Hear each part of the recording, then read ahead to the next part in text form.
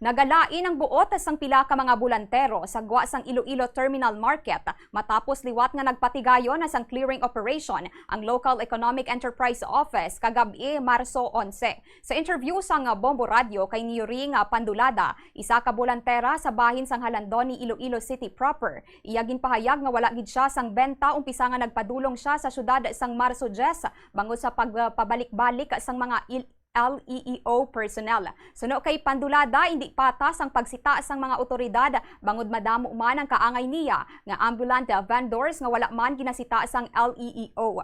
Sa sobra niya nga kaaki ginahatag niya na lang sa LEEO o kon LEEO personnel ang iban nila nga mga produkto nga halin pa sa alimudyan. Nahibaluan nga nagtinguha man nga magparehistro ang nasambit nga vendor apang nagpahayag suno sa iya ang opisina nga prioridad sa subong ang mga bulante o kun bulantero kag bulantera o kun botante lang kag residente sang syudad sang Iloilo.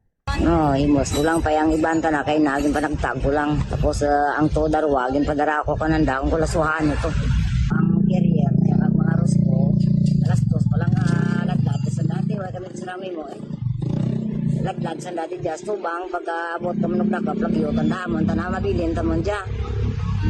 Kami ang maulugan kabindisyon pareho kadya ubos ang dalagyo way gitib sa bilog carrier sa nandakpan. Amon tanang way tamong ka-display kami ang gindakep.